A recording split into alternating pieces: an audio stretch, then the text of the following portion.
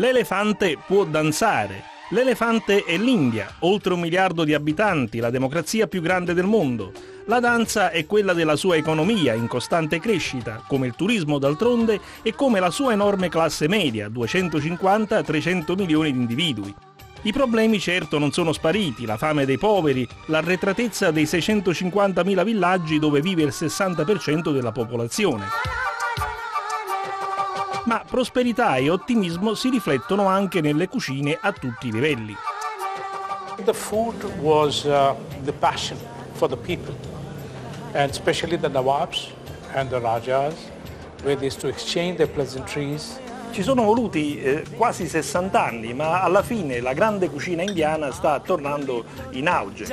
L'indipendenza, dichiarata nel lontano 1947, aveva mandato a casa un esercito di cuochi che erano al servizio dei signorotti locali che furono spodestati a seguito della indipendenza. All the people who were known as the kings and maharajas, they're all gone. The kitchen was locked. The grandeur were lost.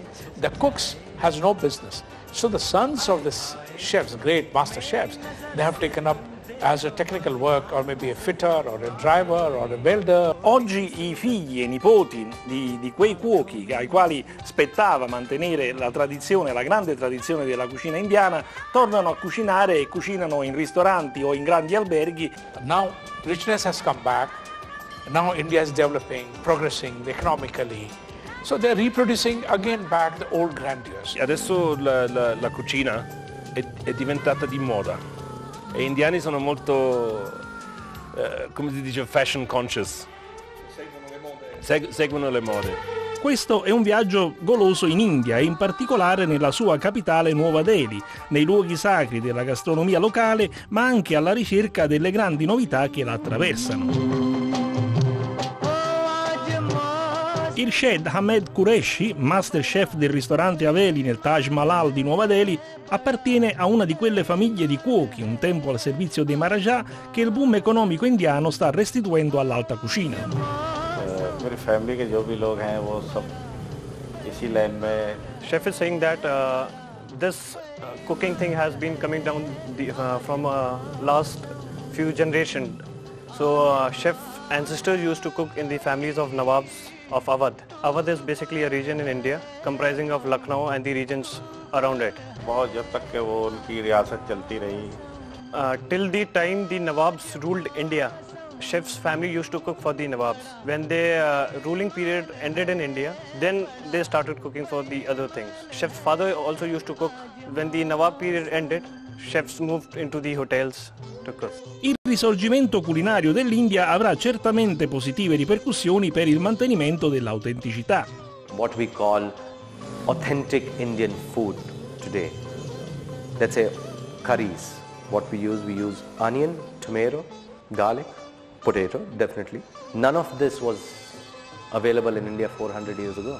What is being projected to the world as Indian food is restaurant Indian food. It's not home Indian food. Restaurant Indian food, let's say tandoori chicken. Ask, and it is rated that it is from north of India, Punjabi dish. Ask any Punjabi person from Punjab, do they cook tandoori chicken at home? No, never. Naan. Do you cook naan at home? No, never. Anche i pani di ristorante, però, possono essere molto buoni. Non c'è chapati, per esempio, al Bukhara nell'ITC Mauria Sheraton di Nuova Delhi, ma il Bukhara Tandoori Naan non solo è buono, ma è anche enorme. E per farlo i cuochi devono mostrare tutta la loro abilità. Besides that, we have another 10 varieties of breads. Smaller ones such as tandoori naan, pudina paratha, that's mint spice paratha, some lachha paratha, multi-layered ones. Some butter naan, we have khasta roti, we have kurmi naan, which is for the sweet tooth. We have the Amul processed cheese. A parte le diverse farine e i diversi sapori, la differenza principale tra naan e roti è che al primo si possono aggiungere sostanze grasse, al secondo no. I pani di Bukhara sono speciali perché questo è un ristorante speciale. Da anni, anzi, è l'unico locale indiano a comparire nei primi 50 ristoranti del mondo.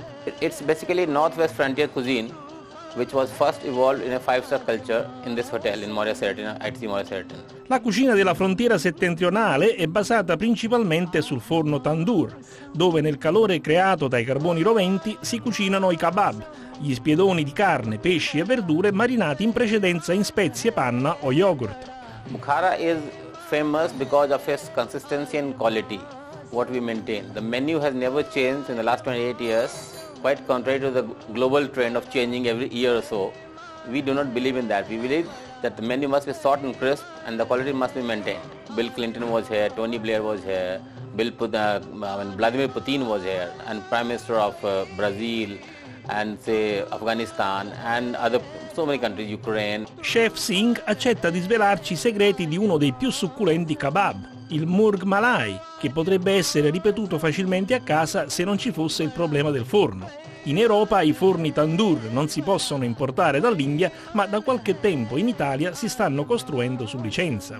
Ingredients are that's the chicken, breast and the leg pieces. That if you see the breast pieces here. Similarly, we have a leg piece here.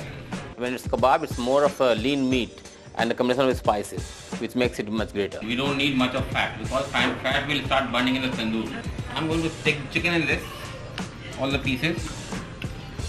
First thing, I'm going to put salt, and that's the ginger garlic paste. This is the malt vinegar. You can also use balsamic vinegar or some wine vinegar thoroughly, and keep them resting for half an hour minimum. That salt penetrates the meat and it oozes, a little bit of moisture will ooze out. We don't need that extra moisture into the final product. The best tandoori food in which the kebabs do not have a drier texture as such, but it should be soft and succulent from inside. It should be juicy. And the temperature at which you cook and that marination which plays a major role in the quality of kebab. Processed cheese, grated. Some sort of semi-soft cheese required. Not a hard cheese, not a very soft cheese. Because if you use very soft cheese, it will start melting and falling off into the tandoor. That's what we don't need.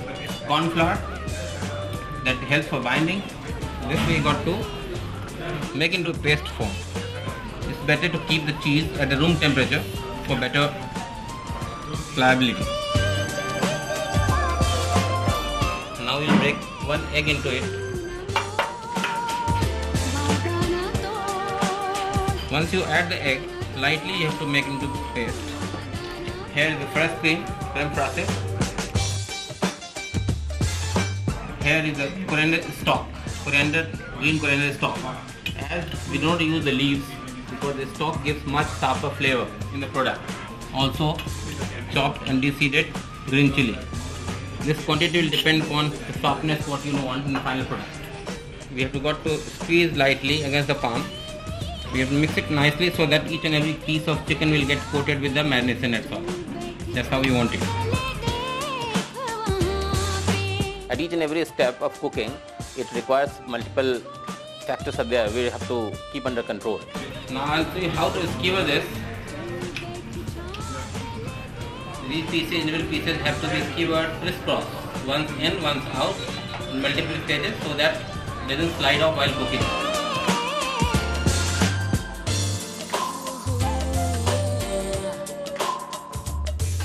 Bukhara è conosciuto anche per la sua squisita dal di lenticchie, cotta sui carboni per una notte intera e che ha un delizioso equilibrio di sapori e spezie. Già, le spezie, forse il capitolo più affascinante della gastronomia indiana. The real essence is home foods of different parts of India. That is what is unique. There are different spices and herbs that we use in one single dish. I don't think there's any other cuisine in the world which would use or would dare to use as many as 25 to 30 different spices and herbs in one single dish.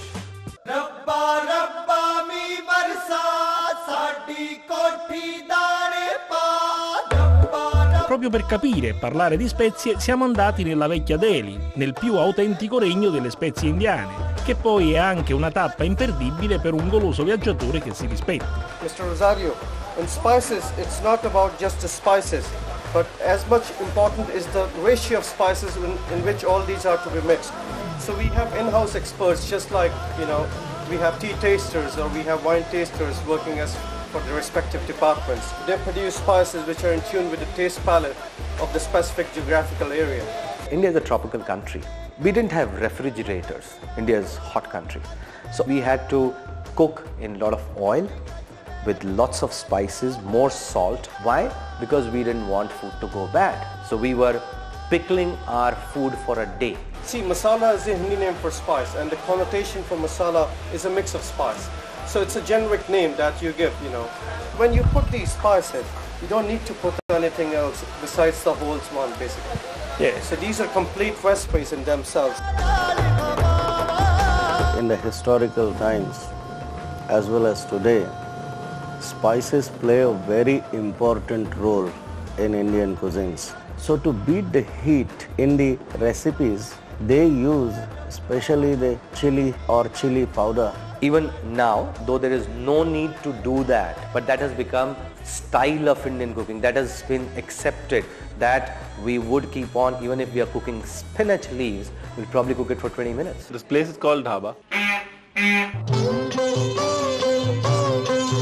There's a lot of Indian food which has grown along highways, because highways were the lifeline of India being such a big country. So there were a lot of these what we call motels in the West. A lot of these places which had distinctive cuisines to distinctive regions. One, it is very country style, very rustic. There is not much of sophistication to it.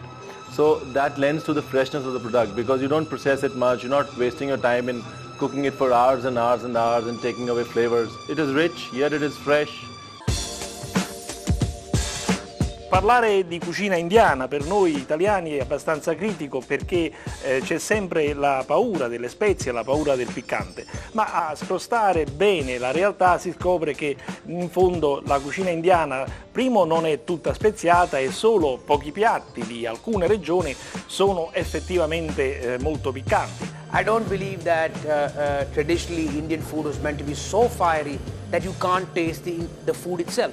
The excess use of the chili in the spice combination, Indian cuisine or Indian food today, is a result of poor man's cooking. Any poor quality fish or meat or vegetable, the quality of that can be masked by putting a lot of chili in it. The signature that we do here is the balti meat, which has now become popular in all other restaurants, but we take pride to say that we were the ones who introduced it 20 years ago. Balti is a utensil in which it's a container in which food is served in a lot of dhabas. Two, balti is also a style of cooking which is there in Lahore, Peshawar, between the India-Pakistan border.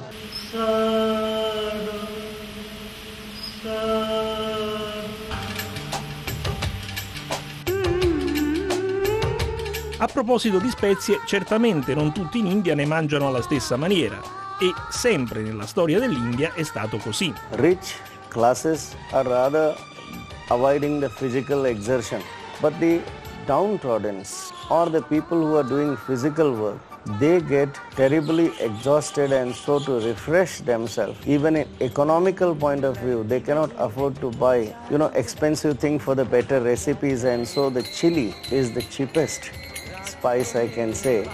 So in terms of spiciness, is Indian cuisine moving from the heavy spices of the past to something lighter, in your opinion, or still is the same? It still is the same. Because we as chefs who have learned Indian cuisine from people who've been doing it from their generations, from the last 600 years, that's the way they've done it, and that's what Indian cuisine has become. Why should we make it mild? You must have the right flavors. Why should you make it milder? You take Thai cuisine. Do they make it milder? No. Will the French change the flavors? No. Indian food is not complete without spices, so they need to put spices. The flavors should be there, and Indian food has got a lot of flavors. In realtà non tutti la pensano come Herman Toberoi. Trends have changed, certainly changed. It has certainly become less spicy, that is for sure, because in an Indian restaurant also, we just can't cater, we just don't depend upon the Indian people as such. And as far as with the times, people are also going for less spicy food as compared to the... We are fine-tuned to the spice level of the foreigners who come over here. People should make a difference between spicing and chilies. I think then everything will become clear. Our level of tolerance of spice is a lot higher than that of your palate, for example. But therefore, the way we taste food and wine is quite different from the way you do taste food and wine. Di spezie nella cucina indiana si parla molto di questi tempi, anche a causa di un'altra autentica rivoluzione in corso nel paese, il boom del consumo del vino. The scene is changing very fast in the last about 7-8 years. It's totally change of scene in the wines. More and more people are going into the wines. The Indian government has opened up for the wines. Le statistiche mostrano un aumento costante del consumo del vino del 30% annuale, ma il fenomeno travalica i numeri. Il vino è sulle pagine dei giornali, in televisione e perfino nel cinema. Vino importato, ma anche vino prodotto localmente. Nello stato di Maharashtra, nell'area di Nasik, 5 anni fa c'era una sola cantina, oggi ce ne sono 36. Nuovo vino per un vecchio mondo. It's more like a new world because we don't have any restrictions on what grapes we can plant, what sugar levels or what alcohol levels we want. Sula, Chateau Indage e Grover sono i più rinomati produttori locali di vino. Grover ha come consulente da oltre 10 anni l'enologo globetrotter Michel Rolland. Chateau Indage ha un ritmo di crescita del 130% all'anno. The demand is far greater than the supply, and what happens sometimes they have consistency issues and they have problems in trying to meet that demand. They tend to, I think, bend sometimes their consistency or quality control, if you will. Most of good wines from India, when they are tasted by really good tasters, they are very polite, but you ask them for real, they say, oh, I'd prefer a vinegar. Il boom del vino è ovviamente un fenomeno metropolitano e in particolare di Nuova Delhi e Bombay. Earlier, with the Indian meal, people used to drink a lot of beer and a lot of scotch with the meal. Now people have turned, it's the other way around. People have started drinking a lot of wine. We see, I would say, about a 23 to 27% growth year on year in our wine consumption, which is pretty substantial. Last year we had about maybe $500,000-600,000 worth of wine sale here at Indigo. Di recente in India è sorta anche la prima accademia del vino, animata dal presidente Subhash Arora e dal giornalista Suresh Bhattacharya. L'accademia vuole rispondere alla enorme e improvvisa domanda di educazione al vino. The beauty of the wine is, to complement it with food. As I mentioned earlier, here at this moment it's come more as a replacement. I would say 80% of the wine has come as a replacement for a harder spirit drunk before dinner, so as an aperitif. Indians don't like anything harsh. Most of the Indians, they drink wine or any drink before their meal.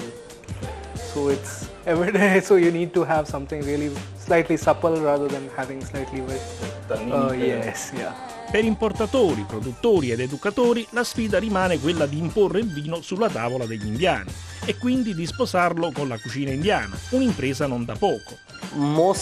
The common perception is that Indian food and wine, strict no. Beer goes well, gutsy, robust, does very well. Spicy, and you need a beer. Indian food and wine go well with each other. It's basically not right now. Since the time we have opened also, I'll just tell you my experience. Since the time we have opened, we had very few wines in the very beginning. But with the time, I think a lot of people have been opting for the wines. We have a customized wine list in the restaurant which offers a lot of wines which goes well with the Indian meal.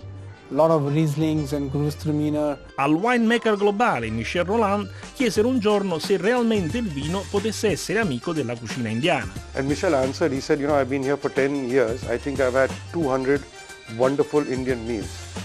At all those 200 wonderful meals, I've had Grover wine. And I can tell you I've enjoyed always. We have done a lot of work on